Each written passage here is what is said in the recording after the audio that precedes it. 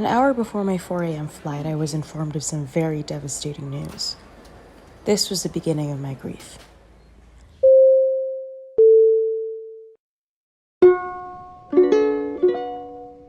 When you lose someone you love, or a pet, or something that meant so much to you, the weight of the world feels like it's falling on your shoulders, and that feeling never goes away. Not entirely, at least.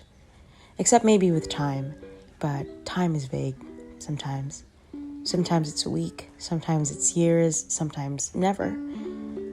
None of that matters though. I was in the beginning of my grief, and I felt it so viscerally in my window plane seat several thousand meters up in the sky. I couldn't scream or cry or frantically doom scroll on my phone. I had nothing but the window seat of the plane and the 5 a.m. sunrise creeping up behind the clouds. I thought to myself, well, maybe that meant something. So I looked out the window, grieving, confused, heartbroken, and a little desperate, and saw the sun and thought how nice it must be to walk on this endless bed of clouds. I thought if I walked it, I would be like Icarus, but intentional with every step, innocently hoping to find my answer behind the sun. But that would be stupid, because I knew I'd never find my answers there, and also I would probably die.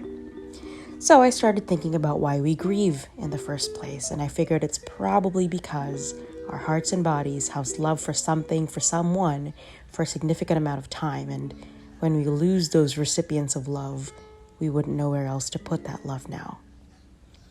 Glennon Doyle Mellon said, "Grief is love's souvenir. It's our proof that we once loved.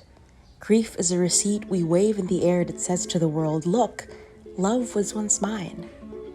And I was right up there in the sky, closer to the sun than I'll ever be, begging it to make my grief hurt less.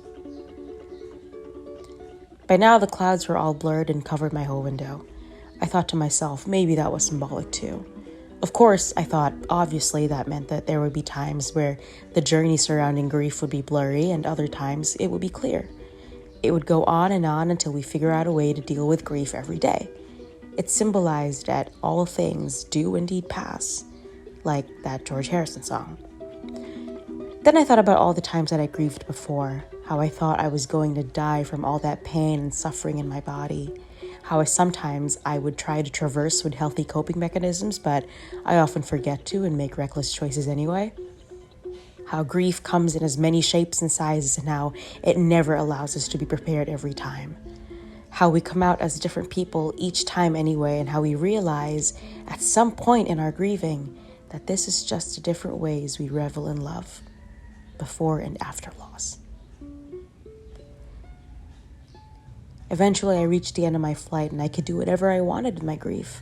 I could scream, I could cry, I could run away from it, or maybe, I thought, maybe the bravest thing I can do would be to face it head on. Then maybe the grief will hurt a little less, but the love will remain the same. And that's what it's all about, isn't it? Grief is just love in a way that leaves you with no choice but to be brave.